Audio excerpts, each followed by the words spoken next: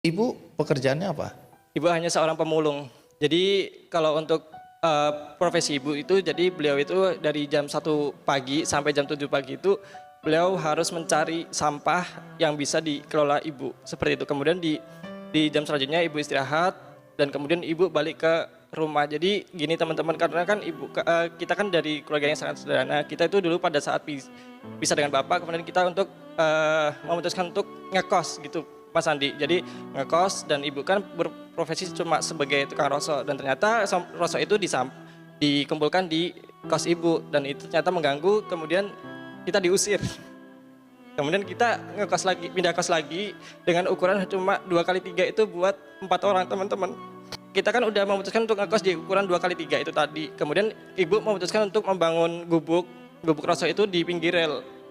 Kayak gitu, dan beberapa bulan ke depan itu kemudian gubuk ibu digusur karena kan itu juga ada pembangunan. Dengan adanya hal tersebut kemudian ibu memutuskan untuk ngekos dan itu hanya untuk dikelola sampah-sampahnya. Dan jadi kalau ibu tadi setiap hari tidurnya di kos tersebut yang hanya bisa mengelola sampah, dan itu kalau aku pikir tempatnya itu tidak layak untuk dipakai karena banyak sekali kecoa, tikus, bahkan serangga-serangga yang lainnya itu bisa berkeluyuran lah ibaratnya kayak gitu. Kerjanya itu dari jam 1 pagi sampai jam 7 pagi, kemudian balik ke rumah itu sekitar jam 11.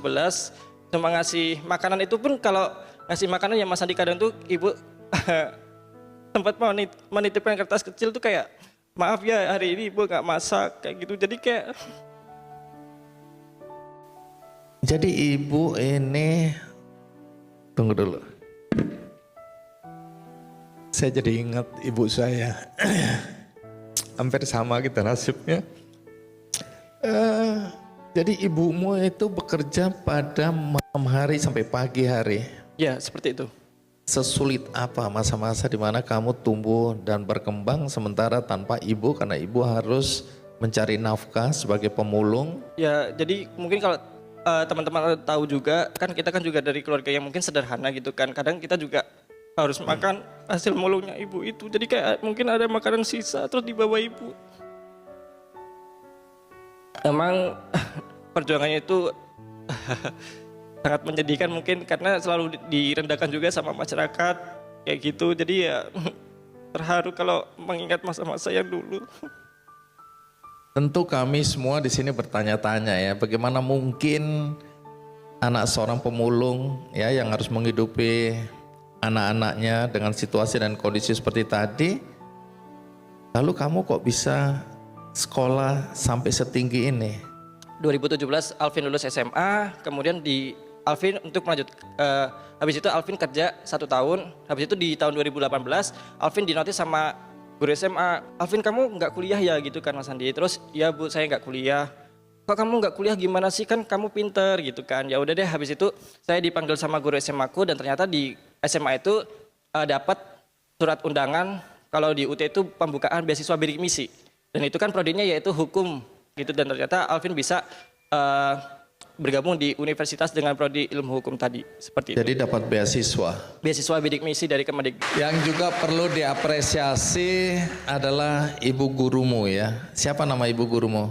Nama ibu guruku Bu Suranti. Masih ada sampai hari ini? Masih ada dan beliau selalu support Alvin untuk seterusnya Pak. Seperti itu. Baik, jadi kalau Bu Suratin ini nonton acara ini, terima kasih. Karena kalau tidak karena gurumu itu, mungkin kamu sampai hari ini entah di mana ya. Karena keadaan, tapi di lain sisi ibu juga ingin tetap memulung, begitu? Ya. Baik, kalau gitu kita panggil langsung Bu Warsiti, ibu dari Alvin.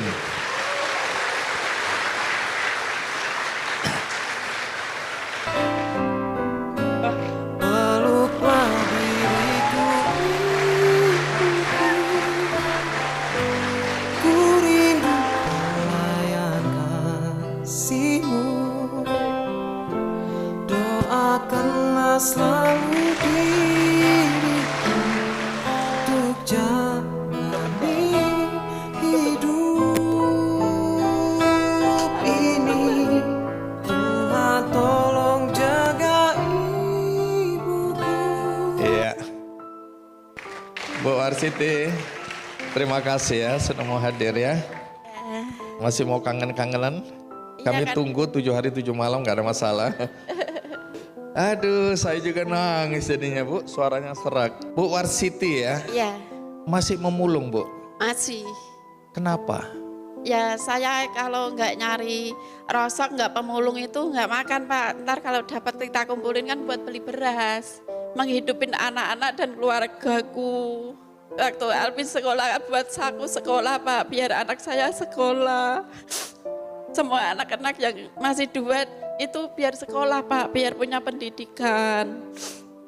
Jadi kita nyari rosok itu saya kumpulin, ntar kalau jual ya buat saku sekolah anak, buat belanja, buat beli beras gitu Pak. Jadi Ibu memang tahu ya situasi dan kondisi sehingga Ibu berjuang untuk supaya anak-anak bisa sekolah dengan baik walaupun Ibu harus memulung. Iya, Kerja dari malam sampai pagi. iya sampai sore jam 4.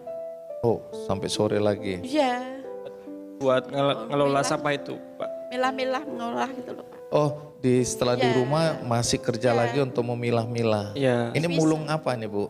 Ya botol, ya plastik, kardus gitu Pak. Terus dijual ke ada yang menampung lah. Iya, pengepulnya. Rata-rata bisa mengumpulkan berapa Bu dalam sehari atau seminggu?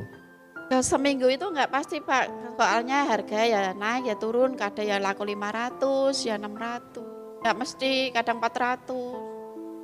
Tapi kalau buat kebutuhan ya kurang lah Pak. Alvin, sekarang dari perspektif Alvin ya, nggak malu punya ibu pemulung? Tidak, karena beliau adalah wanita cantik yang membangun kekuatan dari masalah, tumbuh kuat dengan doa, dan tersenyum selalu dalam tekanan. Seperti itu. Tapi apakah kamu dalam keseharian atau dalam kegiatan-kegiatanmu menyembunyikan siapa ibumu dan profesinya apa? Tidak pernah. Saya sangat bangga mempunyai Ibu Warsiti sebagai Ibu Alvin.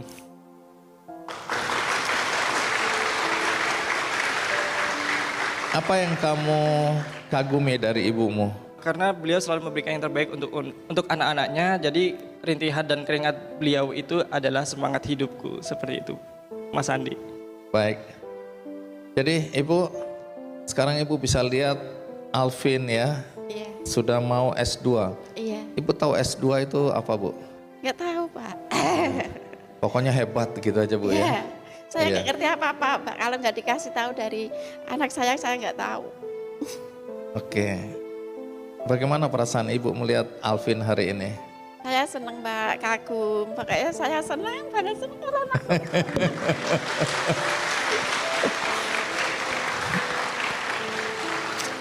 Baik. Apa doa ibu untuk Alvin? Biar itu dia lancar belajarnya, biar sukses cita-citanya apa yang ditercapai. Aku senang, aku bangga punya Alvin, bisa membawa nama baik orang tua sama keluarganya Pak. Ibu umur berapa sekarang? 52. Kapan mau berhenti jadi pemulung? Ya kalau saya berhenti ntar anak-anak nggak makan Pak. Tapi ibu sendiri nggak malu jadi pemulung? Enggak. Yang penting saya jujur, nyari rezeki yang halal, nggak mengganggu semua keluarga tetangga apapun Pak. Yang penting jujur Pak saya. Alvin, saya dengarkan kamu sekarang banyak kegiatan ya, jadi juri, jadi pembicara, kemudian ikut berbagai kompetisi, aktif dalam kegiatan sosial ya. Ya, Nah, di luar sana Alvin, masih banyak anak muda, anak Indonesia yang mungkin latar belakangnya seperti kamu ya, dari keluarga yang relatif kurang mampu, kemudian berjuang untuk bisa mendapatkan pendidikan yang layak, tapi bisa juga mereka tidak punya keberanian dan tidak punya mimpi yang tinggi Ya. untuk bisa seperti kamu hari ini. Adakah sesuatu yang bisa kamu sampaikan untuk memberikan dorongan semangat bagi anak-anak Indonesia dimanapun berada yang saat ini tidak berani bermimpi besar karena kondisi dan situasi ekonomi di keluarganya? dari Alvin, jangan pernah bunuh mimpimu hanya karena faktor ekonomi. Ingat, siapapun bisa jadi apapun. Jadilah versi terbaikmu setiap hari, karena badan boleh lelah, mata boleh basah, tapi hati tidak boleh menyerah. Kamu tidak perlu hebat terlebih dahulu untuk memulai, akan tetapi yang perlu kamu lakukan adalah memulai untuk menjadi hebat. Semakin tinggi mimpi yang kamu punya, semakin besar juga pencapaian yang akan kamu dapat. Dan tidak ada mimpi yang terlalu tinggi untuk dicapai, yang hanya ada niat terlalu rendah untuk melangkah. Seperti itu.